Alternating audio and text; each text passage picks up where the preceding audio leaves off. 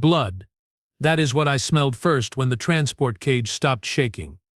Not my own blood, though mine would surely follow soon enough. The metallic tang that filled my breathing slits belonged to the dozens of my fellow Zelani who had been dragged from this very cage over the past 3 rotations.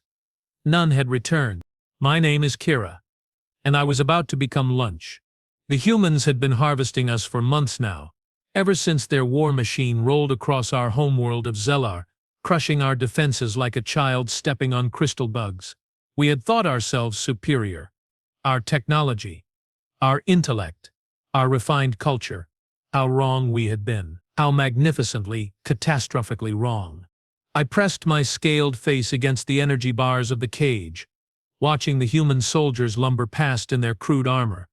These creatures walked on 2 legs like civilized beings, but that was where any similarity to intelligence ended. They grunted to each other in their barbaric tongue, pointing at us with thick fingers as if selecting livestock. Which, I supposed, we now were. The irony was not lost on me. We Zelani had always prided ourselves on being apex predators. Our ancestors had climbed to the top of our world's food chain through cunning and ruthless efficiency. We had even consumed other sentient species in our early history. But these they had turned predation into an art form. Another batch for processing? The voice belonged to a massive human whose armor bore strange markings. His face was scarred, one eye missing, replaced by a glowing mechanical substitute. Even through the universal translator embedded in my collar, his words carried a weight that made my spine ridges flatten in instinctive submission. "Yes, Commander Briggs," replied a smaller human consulting a glowing datapad. "These are the last of the Zelani civilians from Sector 7. Intel says they have the highest nutritional value." Prime cuts. Prime cuts. I wanted to laugh, but the sound died in my throat. We Zelani had always considered ourselves sophisticated beings. We wrote poetry, created art, pondered the mysteries of the universe, and now we were being discussed like meat in a market. Commander Briggs approached our cage, his mechanical eye whirring as it focused on each of us in turn. When his gaze fell on me, I felt something unexpected. Not the mindless hunger I had witnessed in other predators, but something far more unsettling. Intelligence. Cold, calculating intelligence. "This one," he said, pointing directly at me. "Separate her from the rest." My heart chambers seized. The others in the cage pressed away from me as if I carried some contagious doom. Perhaps I did. 2 human guards activated their energy prods and the cage door hissed open. "Move, lizard." The guard's voice was rough, scarred by years of breathing recycled ship air. His prod jabbed toward me, crackling with enough energy to drop a full-grown Zelani warrior. I had 2 choices: comply and face whatever horror awaited, or resist and die here among my fellow prisoners. Neither option held much appeal, but I had not survived the siege of my homeworld by giving up when things looked grim. I stepped forward. The corridor beyond the cage area was a nightmare of efficiency. Conveyor systems carried what I tried not to recognize as processed remains. The walls were lined with hooks and cutting implements that gleamed with recent use. The smell of death hung so thick in the air that I had to consciously control my breathing to avoid retching. But then something odd happened. As we passed a side corridor, I glimpsed something that made no sense. A human, still wearing armor but without weapons, was kneeling beside a wounded Zelani soldier. The human was applying medical patches to the alien's injuries, speaking in soft tones that the translator rendered as words of comfort. I must have slowed my pace, because the guard behind me growled a warning. But I had seen enough to plant a seed of confusion in my mind. Why would one human be healing what another human was preparing to devour? The question would have to wait. We had arrived at our destination. The chamber was smaller than I had expected. Clean, sterile, with walls that hummed with contained energy. In the center sat a single chair, clearly designed for a Zelani's physiology. Restraints hung open like waiting jaws. "Sit," Commander Briggs commanded. I studied his face for any hint of what was to come. His expression revealed nothing. This was a being who had looked death in the eye so many times that it no longer registered as anything more significant than checking the weather. "I would prefer to stand," I replied, surprised by the steadiness of my own voice. Something resembling amusement flickered across his features. Would you now? And here I thought you Zelani were supposed to be the intelligent ones. The insult stung, but I kept my composure. Intelligence suggests that sitting in that chair would be unwise. Intelligence suggests that you do not have a choice. His hand moved to the weapon at his side. Not threatening, just reminding me of the reality of our situation. I sat. The restraints activated automatically, conforming to my limbs with uncomfortable precision. I was trapped now completely at this human's mercy. If he possessed any— Commander Briggs pulled a datapad from his belt and began entering information. Kira, designation ZC-7741, captured during the defense of Zealor's capital Spire. Former military intelligence officer, responsible for coordinating the resistance that cost us 300 good soldiers. My breathing grew shallow. He knew exactly who I was. This was not random selection for the processing centers. This was personal. You cost me friends, he continued, his voice never changing tone. Good people who died because of your tactical brilliance. Marcus Webb, Sarah Chen, Tom Rodriguez. I had to write letters to their families. Do you know what that is like, Kira? I met his gaze without flinching. Do you know what it is like to watch your homeworld burn while invaders feast on your people? He set the datapad aside and moved to a cabinet mounted on the wall. When he opened it, I expected to see cutting tools or perhaps injectors filled with tenderizing chemicals. Instead, he withdrew a small device I recognized as a medical scanner. Tell me, Kira, he said, running the scanner across my restrained form. What do you know about human dietary habits? The question was so unexpected that I nearly laughed. I know enough. You are omnivores with a preference for fresh meat. Your species evolved as persistence hunters, wearing down prey over long distances. You have turned consumption into a weapon of war. Textbook answer, he nodded approvingly. But incomplete. What else do you know about humans? This had to be some form of psychological torture, making me contemplate my fate while helpless to prevent it. I know that you are barbarians who destroy everything you touch. I know that you have no honor, no mercy, no concept of civilization beyond your own crude understanding. The scanner beeped, and Briggs studied the readings with interest. And yet here you are, still breathing, still intact. If we are such barbarians, why have I not simply thrown you into the meat grinders with the rest? Let me tell you something about humans that your intelligence reports missed, Briggs said, leaning back against the wall. We are not just predators. We are also protectors. We do not just destroy, we also build. And sometimes, just sometimes, we choose to save what others would consider lost. He touched a control on the wall and the restraints released me. I remained seated, too shocked to move. My world tilted. Everything I thought I knew suddenly felt uncertain. But the blood, the smell of death. War is messy, he said simply. People die. But that does not mean we dishonor them in death. Your people fought bravely. They deserve respect, even in defeat. Because fear is a weapon, Briggs replied. And sometimes a merciful one. Prisoners who believe they are going to die often do foolish things. Prisoners who believe they are going to live are easier to manage. He moved to another cabinet and withdrew a bundle of cloth. When he shook it out, I recognized it as a Zelani military uniform. Clean, pressed, with my proper rank insignia restored. Your war is over, Kira. Your people have surrendered. The question now is what comes next. You are offering me a choice? I am offering you an opportunity. Your tactical skills cost us soldiers, yes, but they also impressed us. We could use someone with your abilities. I stared at the uniform in his hands. You want me to betray my own people? I want you to help build something better than what came before. His voice carried a conviction that surprised me. Your world's government was corrupt, oppressive. They treated their own people as expendable resources. We may be conquerors, but we are not tyrants. We want to rebuild Zelar into something worth living on. And if I refuse, then you will be treated as a prisoner of war, fed, housed, given access to medical care and educational materials. In time, when the transition is complete, You will be free to return to civilian life or to leave our territory entirely. The casual manner in which he described my potential freedom left me speechless. This was not the behavior I had expected from barbaric conquerors. Why? I asked. Why offer me anything at all? Commander Briggs was quiet for a long moment.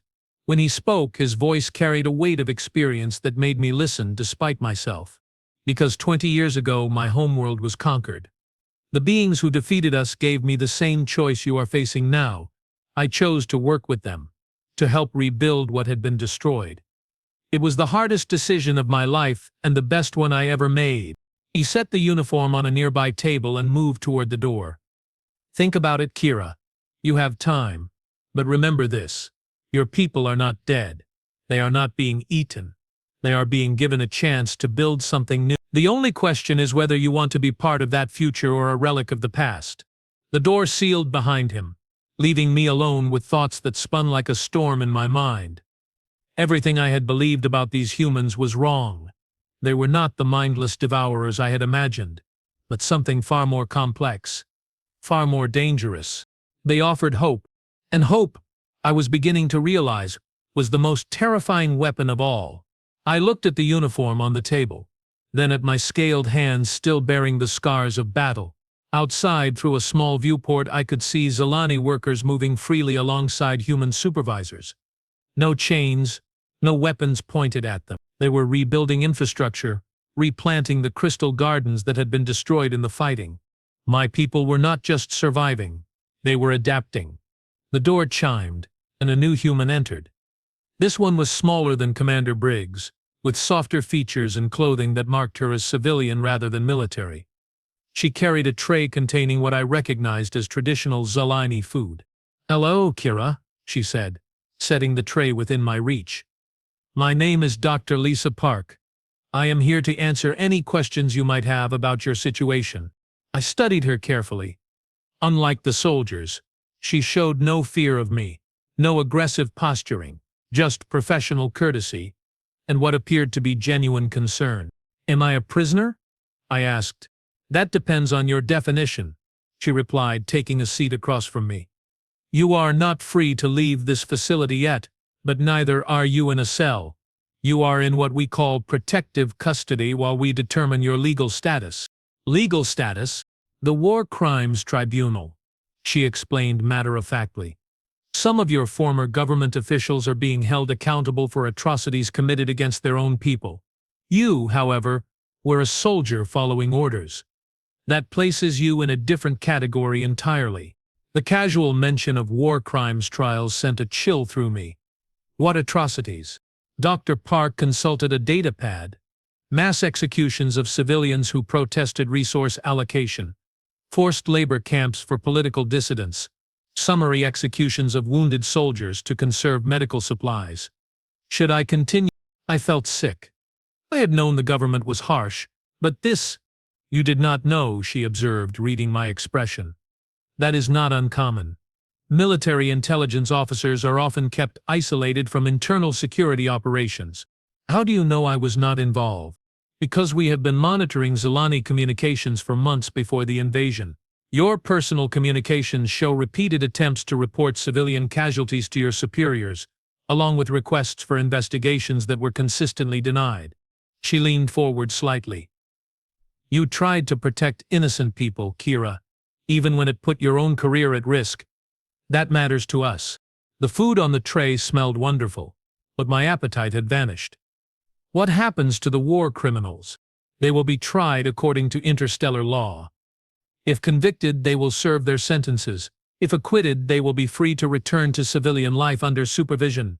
And the rest of my people are already returning to their normal lives. The occupation force will remain for 2 years to ensure stability, then begin a gradual withdrawal. Local governance will be restored under a new constitution that includes protections for individual rights." This was not conquest as I understood it. This was something else entirely. "Dr. Park," I said carefully, "what do humans want from Zellar?" "The same thing we want from any world, a trading partner and ally. Your planet has resources we need, and we have technology that could improve life for your people. War was never our preferred option. Then why did you invade? Her expression grew grim.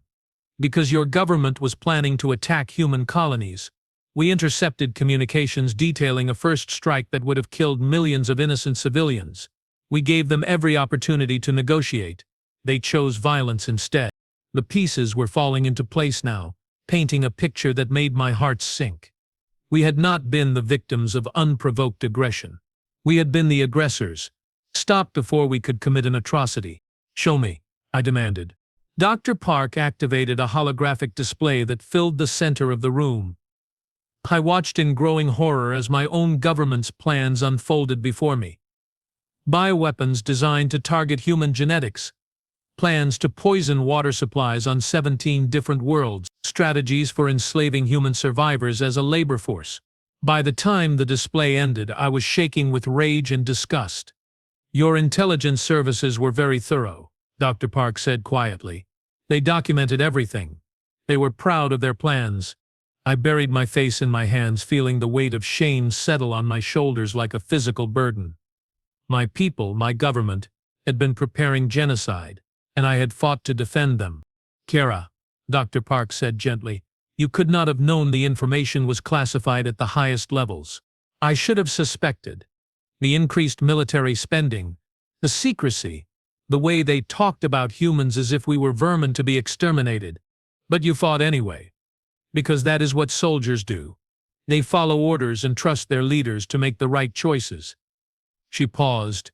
The question now is what you will do with the truth. I looked up at her. This human who had shown me more honesty in one conversation than my own government had shown me in years of service. What does Commander Briggs want from me? He wants to offer you a job, she said with a slight smile. Your tactical abilities are impressive, and we could use someone with your skills to help plan the reconstruction efforts. You understand both human and Zelani thinking. That makes you valuable. As a collaborator, as a bridge between our peoples. As someone who can help ensure that the mistakes of the past are not repeated. The uniform still lay on the table where Briggs had left it. Clean, pressed, waiting for a decision that would define the rest of my life. And if I say no, then you will be transported to a civilian settlement where you can build a new life.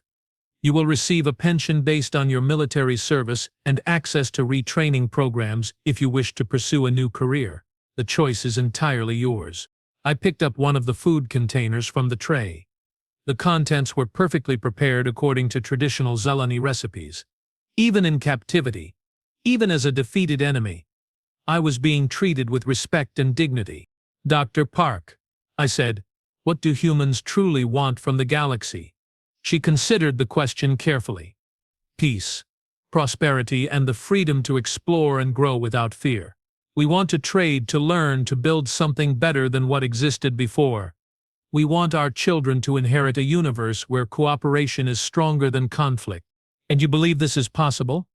I have seen it work on dozens of worlds. Former enemies become allies. Former slaves become free citizens.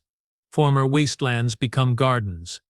She stood and moved toward the door. It is not easy, and it is not quick, but it is possible. After she left, I sat alone with my thoughts and the growing realization that everything I had believed about the universe was wrong. The humans were not barbarians. They were builders. They were not destroyers. They were gardeners, cultivating civilization wherever they went. And they were offering me a chance to be part of something greater than the narrow world I had known.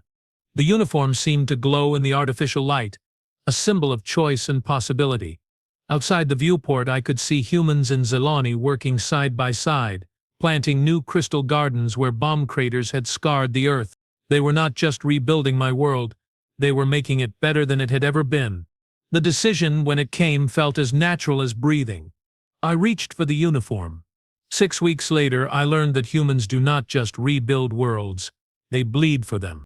The alarm screaming through the command center at 0347 hours was not a drill.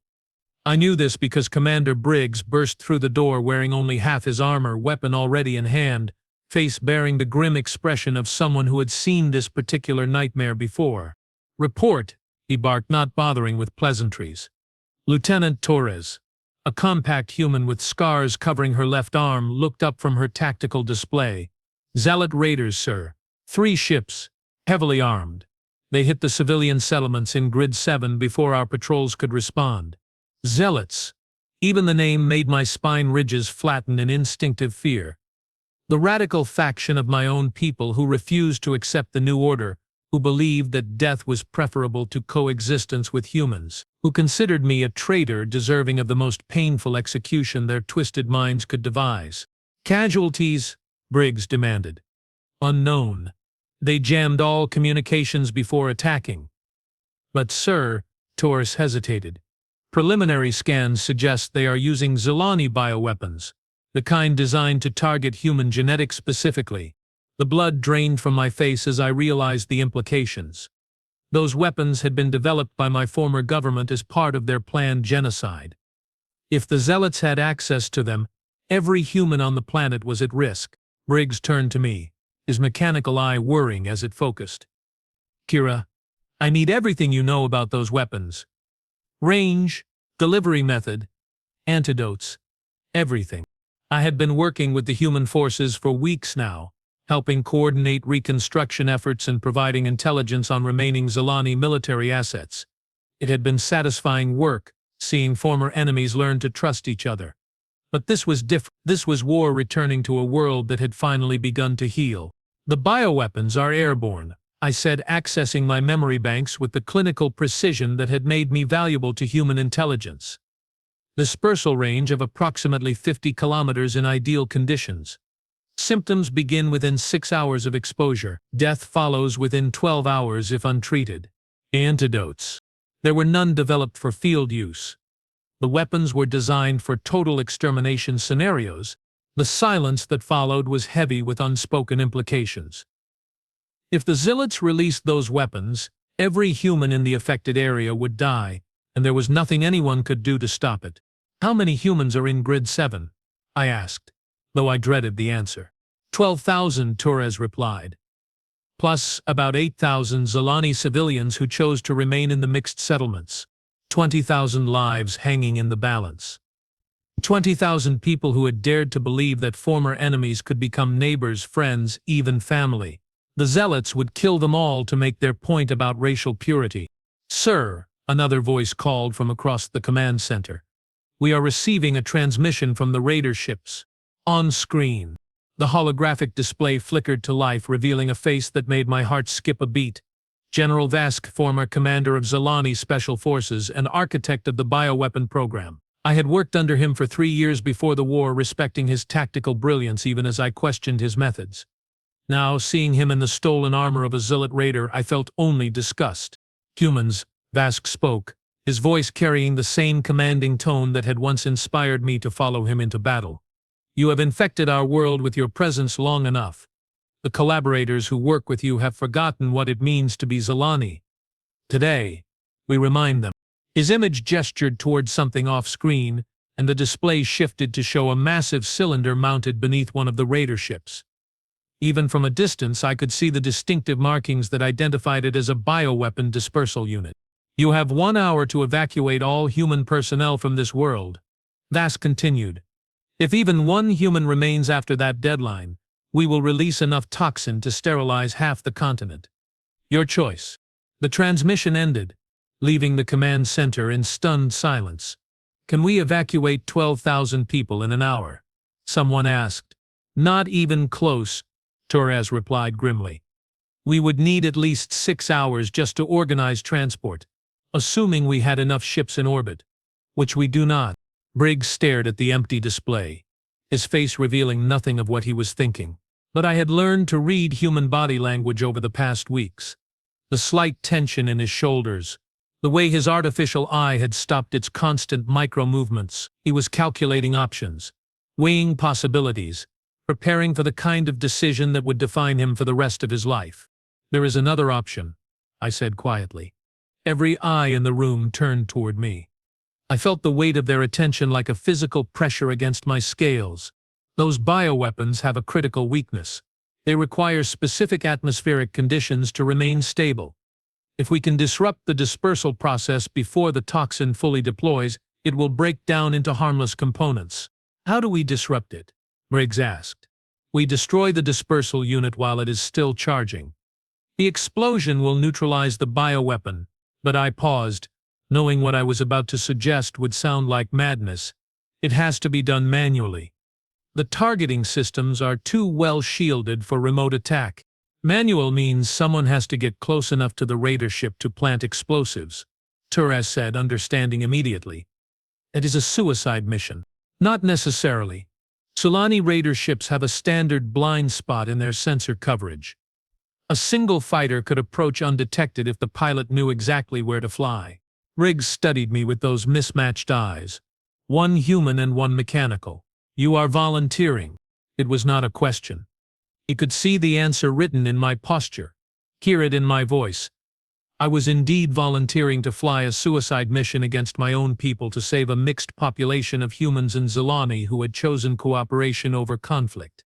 I know those ships better than anyone here, I said. I helped design their defensive systems, and the zealots know me. They might hesitate long enough for me to get close, or they might blow you out of space the moment they recognize your ship, Torres pointed out. Perhaps, but it is still the best chance we have. Briggs was quiet for a long moment, and I could practically hear the calculations running through his mind. Risk versus reward. Probability of success versus certainty of failure if they did nothing. No, he said finally. I blinked in surprise. Sir? I said no. We are not sending you on a suicide mission. With respect, Commander, you do not have a better option. Actually, I do. He turned to Torres. How many volunteers do you think we could get for a direct assault on the raider ships? Sir, our orbital defenses are not designed for ship-to-ship combat. We would be flying cargo haulers against military raiders. It would be a massacre. Maybe. But it would also be loud, obvious, and attention-grabbing. The perfect distraction while someone else approaches undetected. Understanding dawned on me slowly. You intend to come with me. I intend to lead a frontal assault that will keep those zealots busy while you slip in the back door. Same plan, better odds of success. Also, better odds of getting yourself killed, I pointed out. He smiled, and for the first time since I had met him, it looked genuinely amused rather than grimly professional. Terra, do you know what the human military teaches about acceptable losses? That they should be minimized whenever possible. Wrong. They teach us that some things are worth dying for. 20,000 innocent lives? That definitely qualifies. Within 20 minutes, every available human pilot on the planet had volunteered for what they knew was likely a one-way mission, not because they were ordered to, not because they were fanatics or zealots themselves, but because they had looked at the situation and decided that protecting innocent lives was more important than their own survival. I watched them preparing their makeshift combat fleet with something approaching awe. Cargo haulers were being fitted with whatever weapons could be rapidly mounted. Transport shuttles received armor plating that would not stop a direct hit but might deflect a glancing blow. Engineers worked with desperate efficiency to give these civilian craft some chance of surviving long enough to matter. This is insane, I told Briggs as he checked the plasma charges I would need to destroy the bioweapon dispersal unit. Probably, he agreed. But sanity is overrated when innocent people are about to die. Your people could evacuate. Leave the planet to the zealots and my people to sort out our own problems. Could we? He sealed the charges in a containment unit designed to survive the stresses of atmospheric flight. Tell me, Kira, what would happen to the Zelani civilians who chose to work with us? The ones the zealots considered traitors. I did not need to answer. We both knew the zealots would execute every Zelani who had cooperated with humans. Men, women, children. It would not matter. Collaboration was treason in their eyes, and treason carried only one penalty. So we stay, Briggs continued. We fight, and maybe we save some lives in the process. The fighter they gave me was a modified reconnaissance craft, fast and maneuverable but lightly armed, perfect for getting close to the raider ships without being detected, useless for surviving any kind of extended combat. In other words, exactly what I needed for a mission that depended on stealth rather than firepower. Remember, Lieutenant Torres said as she ran through the final systems check, you have maybe 10 minutes after the assault begins before they figure out what you are really doing. After that, every gun on those ships will be tracking you. Understood. And Kira. She paused, seeming to struggle with something. For what it is worth, I think you are the bravest person I have ever met. The comment caught me off guard. Brave was not how I saw myself. Desperate. Perhaps guilty over my former allegiance to a government that had planned genocide. Determined to prove that not all Zelani were monsters. But brave. I am terrified, I admitted. That is what makes you brave, Torres replied. Courage is not the absence of fear. It is acting despite fear when something important is at stake. The launch went smoothly. My fighters slipped away from the main base while the assault fleet formed up in a different sector, preparing for their diversionary attack. I flew low, using the planet's geography to mask my approach, following routes that I had memorized during my years as a tactical officer. The raider ships hung in orbit like metal predators, their weapons trained on the settlements below. As I watched, one of them began extending the deployment mechanism for the bioweapon dispersal unit. Vask was not bluffing. He really intended to poison the atmosphere and kill everyone in the target zone. My communicator crackled with Briggs' voice. Phoenix Leader to Shadowrunner. We are beginning our approach. You are clear to proceed. Phoenix Leader. He had named his improvised assault fleet after the mythical bird that rose from ashes. Appropriate, given that they were flying patched-together civilian craft against military raiders in a battle they had no realistic chance of winning. Shadowrunner acknowledges. I replied, beginning final approach. The assault began 3 minutes later with a fury that surprised even me. The human pilots flew their makeshift warships with a skill and determination that bordered on the impossible. Cargo haulers danced through defensive fire that should have vaporized them. Transport shuttles used their superior maneuverability to stay inside the raiders' weapon tracking arcs. They were not winning. They could not win. But they were making enough noise and causing enough damage to draw every sensor and weapon on the raider ships toward them, which gave me the opening I needed. My fighter slipped through the sensor blind spot exactly as I had calculated, approaching the lead raider from its ventral side where defensive coverage was weakest. The bioweapon dispersal unit loomed ahead of me. A cylinder of death, large enough to house a small building. I could see the charging indicators glowing green as the weapon prepared for deployment. Vask, I transmitted on the emergency frequency. This is Kira. I know you can hear me. The response came almost immediately. The traitor speaks. Have you come to beg for the lives of your human masters? I have come to stop you from committing genocide. Genocide. His laugh was bitter, filled with years of rage and hatred. The humans are the genocidal ones. They came to our world to destroy our culture, our way of life. I am simply returning the favor. The humans came because our government planned to murder millions of innocent civilians. You know this is true. I know that you have been contaminated by human lies. But it is not too late, Kira. Join us. Help us purge this infection from our world. Prove that you are still Zelani. I was close enough now to see individual hull plates on the raider ship. The bioweapon dispersal unit was fully extended, its targeting sensors sweeping the settlements below. In less than 2 minutes, it would begin releasing death into the atmosphere. I am Zelani, I said, arming the plasma charges. But I am also something more.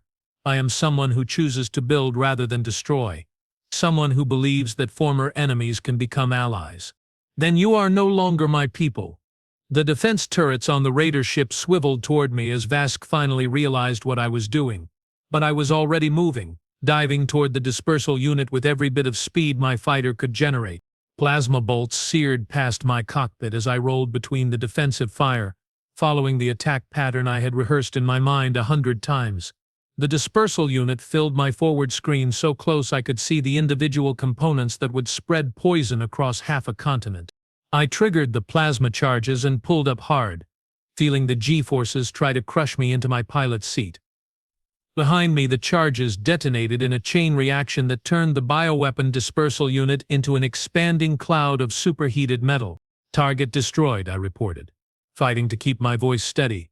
Bioweapon neutralized. But my relief was short-lived. The explosion had damaged my fighter's engines, and I was losing altitude fast. Worse, the remaining raider ships had turned their full attention toward me. no longer distracted by the human assault fleet. Shadow Runner, this is Phoenix Leader. Briggs' voice crackled over the communicator. We see your situation. Help is on the way. Through my damaged cockpit, I watched the human pilots abandon their own defensive positions to come to my aid. Ships that were already damaged from the initial assault turned toward the raiders that were hunting me, knowing they were flying to their deaths but coming anyway, because that was what humans did. They protected their friends, even when those friends had once been enemies, even when it cost them everything. The next few minutes were a blur of defensive fire, evasive maneuvers, and the gradually failing systems of my fighter. I managed to shoot down one of the smaller raider ships before my weapons finally gave out completely, but the remaining zealots were closing in for the kill. That was when Briggs did something I will never forget as long as I live. His cargo hauler, already burning from multiple hits, rammed directly into the largest raider ship at full speed. The explosion lit up half the sky, taking out not only his own ship but the command vessel that contained General Vask and his entire staff. Phoenix Leader, I screamed into my communicator. Briggs, respond. Silence. The remaining raider ships, leaderless and outnumbered by the arriving orbital defense platforms, broke off their attack and fled toward the outer system. The immediate threat was over, but the cost had been higher than anyone should have been asked to pay. My fighter managed a controlled crash in the farmlands outside Grid 7.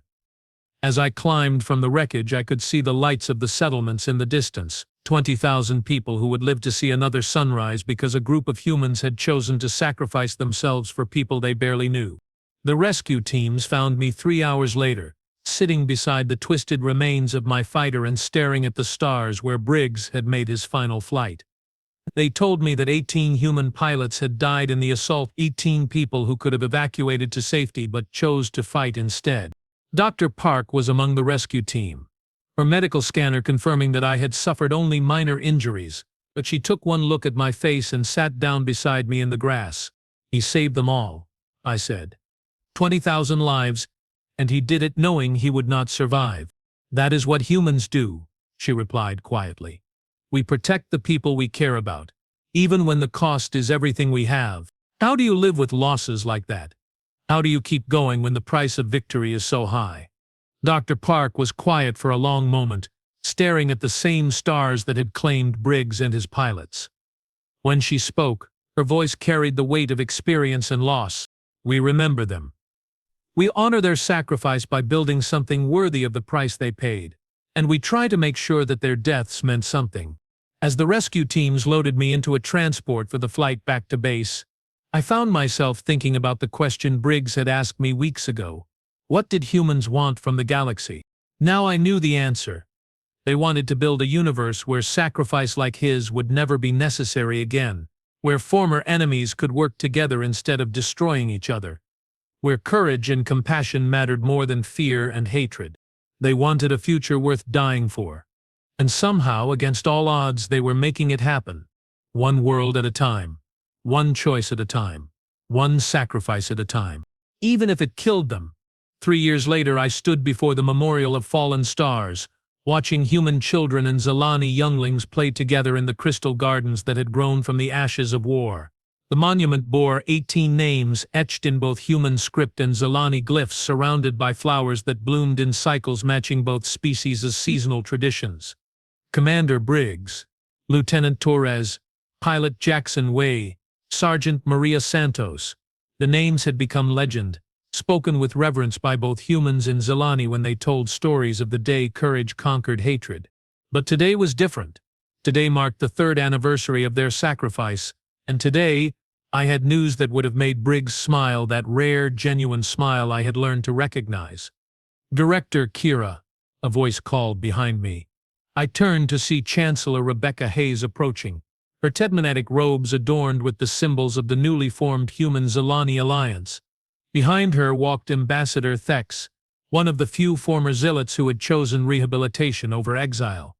Chancellor Hayes, Ambassador Thex. I acknowledged them with the formal greeting that protocol required, though we had long since moved beyond such formalities in private. The Council has reached a decision, Hayes said, her voice carrying the weight of months of deliberation. The proposal has been approved unanimously. My heart's raced despite my attempts to remain calm. All of it? All of it, the Sachs confirmed, his own voice tinged with amazement. The defense sharing agreement, the joint colonization initiative, the cultural exchange programs, and he paused dramatically. The establishment of the Briggs Institute for Interspecies Cooperation. I felt something break inside my chest, not from pain but from relief, so profound it left me dizzy. The institute had been my proposal, my attempt to create something lasting from the sacrifice of those 18 pilots, a place where former enemies could learn to understand each other, where the techniques that had transformed Zeller could be taught to other worlds struggling with similar conflicts. When do we begin? I asked. Construction starts next month, Hayes replied. But Kira, there is something else. Something the council voted on in closed session. She reached into her robes and withdrew a datapad containing official seals from both the Human Federation and the Zelani Republic. When she handed it to me, I recognized it immediately as a formal appointment decree. The council has voted to name you as the Institute's first Director General, she said, with full authority to establish programs, hire staff, and set policy for interspecies diplomatic training throughout the Alliance. I stared at the document, reading my name in official script beneath titles I had never imagined holding. Director General Kira Vex Chen, Zellar Defense Force, retired, architect of the Henderson Kira Cords, first Zelani recipient of the Human Federation's Medal of Valor, but it was the final line that brought tears to my eyes. In recognition of service beyond the call of duty and dedication to the principles established by the sacrifice of the Phoenix Squadron. Phoenix Squadron. That was what history had named Briggs and his volunteers, the pilots who had risen from the ashes of their own burning ships to save innocent lives. There is one condition, Bixby added, though his tone suggested it was more formality than obstacle. The Institute must be established on Kepler 442b, the new colony world that will serve as the Alliance capital. Kepler 442b, a world that had never known war, never seen the scars that came from hatred and fear, a clean slate where human and Zelani children would grow up together, learning cooperation instead of conflict as their natural state. I accept, I said, my voice steady despite the emotions churning beneath the surface. Hayes smiled. I hoped you would. The transport leaves tomorrow. Your staff is already being assembled from volunteers from 18 different worlds. 18. The same number as the pilots who had died to make this possible. I did not believe in coincidence anymore. I believed in legacy. That evening I walked through the rebuilt capital of Zellar one final time. The city hummed with activity as humans and Zelani worked side by side in laboratories, workshops, and planning centers. Children laughed in playgrounds designed for both species. Couples of mixed heritage strolled through markets where human technology merged seamlessly with Zelani craftsmanship. This was what Briggs had died for. Not just 20,000 lives saved in a single day, but the possibility of a future where such sacrifices would become unnecessary. I found Dr. Park in her laboratory, analyzing genetic samples from the new hybrid crops that had increased food production by 40%. She looked up as I entered, her face lighting with the warm smile that had helped me through the darkest days after the battle. So, she said, I hear congratulations are in order. Director General Kira has a nice ring to it. It feels surreal, I admitted. 3 years ago, I was a prisoner expecting to be executed. Now they want me to help shape the future of interspecies relations. Not they, Park corrected gently. We. You are one of us now, Kira. You have been for a long time. She was right, of course. Somewhere between that first conversation in the detention facility and standing over Briggs's funeral pyre, I had stopped being a Zelani who worked with humans and become something new. Something that had no name in either language but felt as natural as breathing. Dr. Park, I said, would you consider a transfer to Kepler 442b? The Institute will need a chief medical officer and I cannot think of anyone better qualified. Her eyes widened. You want me to help run a diplomatic academy? I want you to help build a future where children of any species can grow up without learning to hate each other, where medical knowledge is shared freely instead of hoarded as a weapon, where healing becomes more important than hurting. She was quiet for a long moment, her fingers drumming against the laboratory bench as she considered the implications. When she spoke, her voice carried the same conviction I had heard from Briggs in those final days. When do we leave? The journey to Kepler 442b took 2 weeks aboard the starship Harmony, a joint construction project that showcased the best of both human and Zelani engineering.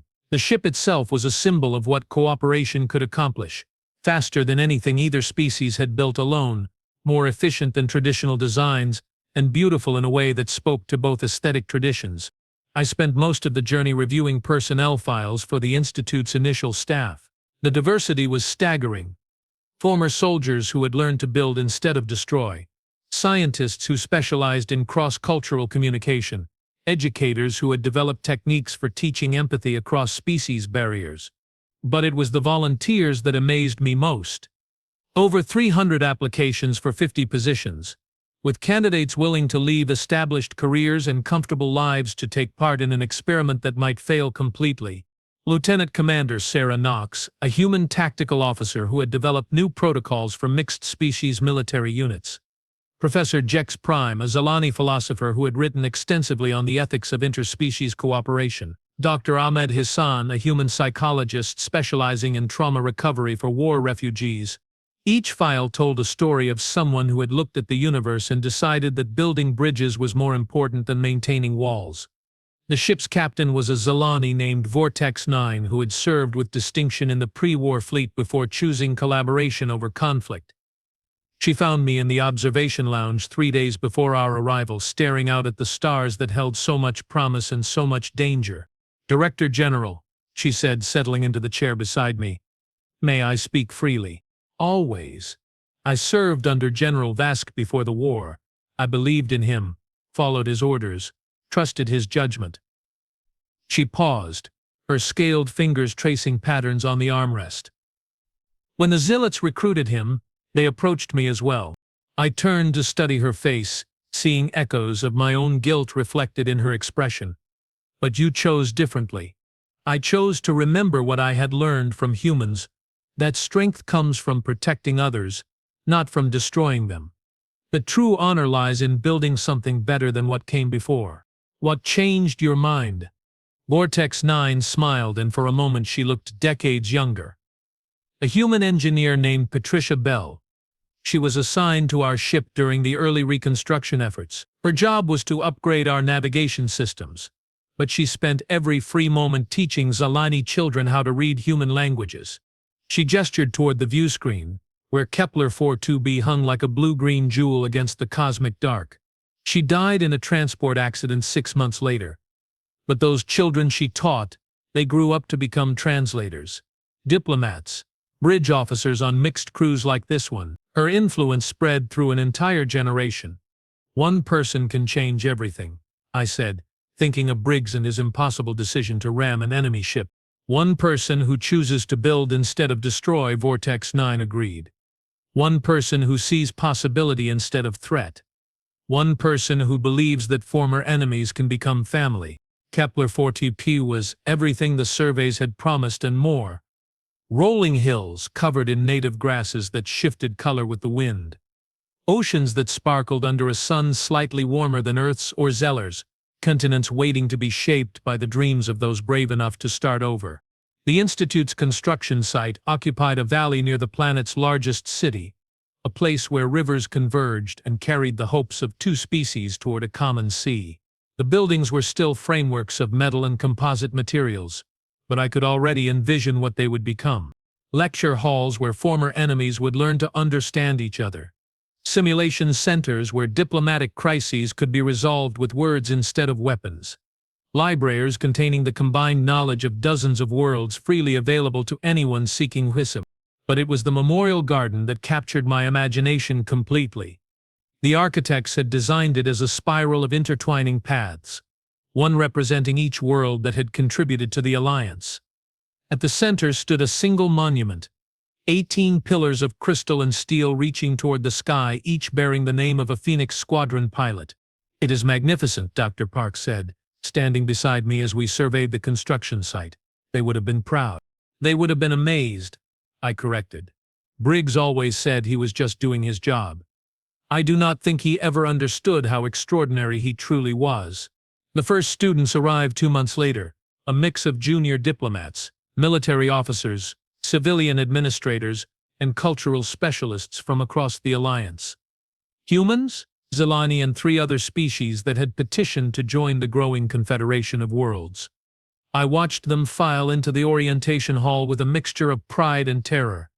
These young people would become the bridge builders of the next generation, the ones who would carry the lessons of cooperation to worlds still learning to trust. "Welcome," I began, my voice carrying to every corner of the hall, to the Briggs Institute for Interspecies Cooperation. "You are here because you believe in a simple but revolutionary idea that former enemies can become allies, that diversity strengthens rather than weakens civilization, and that the future belongs to those who choose to build rather than destroy." I paused, looking out at faces that represented the dreams of 18 fallen pilots.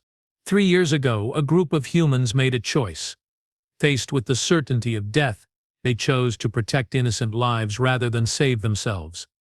Their sacrifice created the possibility of everything you see around you. Your job, our job, is to make sure their deaths meant something. The first exercise was simple in concept, but profound in execution. Students were divided into mixed species teams and given a scenario: 2 worlds on the brink of war over resource rights, with legitimate grievances on both sides, and no obvious solution. But I also witnessed the breakthroughs. The sudden understanding when a human student realized why territorial boundaries mattered so deeply to Zelani psychology. The flash of insight when a Zelani negotiator grasped how human concepts of personal freedom could coexist with communal responsibility.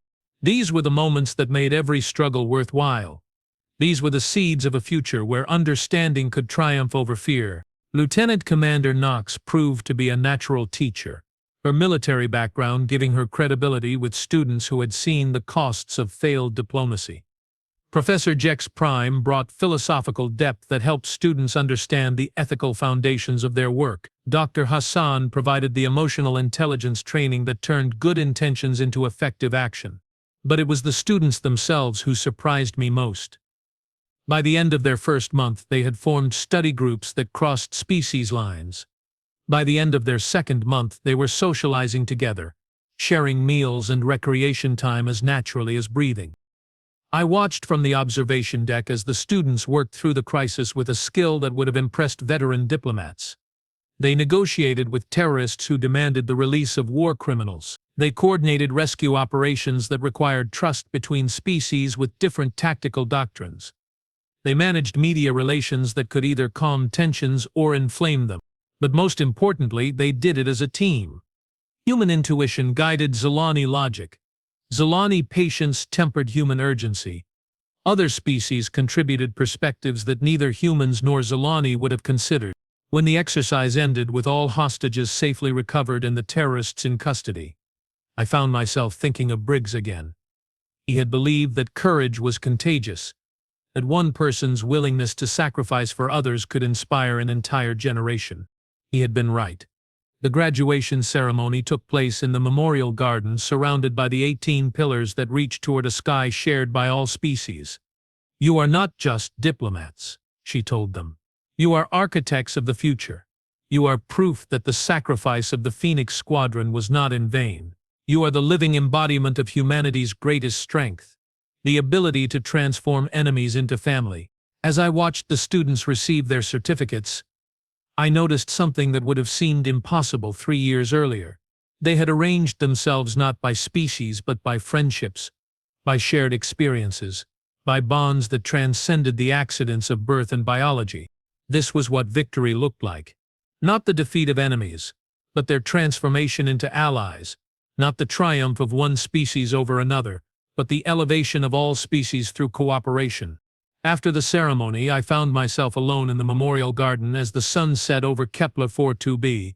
The 18 pillars caught the fading light, their crystal surfaces reflecting the colors of a sky that belonged to no single world but to all worlds that chose peace over war. "We did it," I whispered to the wind, knowing that somewhere among the stars 18 souls could finally rest in peace. "We built something worthy of your sacrifice." A sound behind me made me turn. Dr. Park approached through the twilight, her face serene in the dying light. "The first class has graduated," she said. "The second class arrives next month. The third class already has a waiting list longer than we can accommodate." "The Institute will expand," I replied. "Other worlds want to host branch campuses. The Alliance Council is considering mandatory cooperation training for all military and diplomatic personnel. From 18 deaths? An entire movement," Park mused. "Briggs would have called it overkill." I laughed, remembering the commander's dry sense of humor. He would have said we were making it too complicated, that it was just about treating people decently. "Maybe it is that simple," Park said. "Maybe everything else is just details." As the stars began to appear in the darkening sky, I thought about the future that stretched ahead. Worlds still learning to trust each other. Species still discovering what cooperation could accomplish. Children growing up in a universe where the idea of war between allied peoples seemed as archaic as stone tools and wooden ships. It would not be perfect. There would be setbacks, misunderstandings, failures of communication and empathy. But there would also be successes, breakthroughs, moments when former enemies became not just allies but friends. And at the center of it all, 18 names etched in crystal and steel, reminding everyone who passed by that some things are worth dying for. Some things are worth living for. Some things are worth building. One choice at a time, one friendship at a time, one generation at a time. The future belonged to the bridge builders now, and the bridge builders would not let it fall.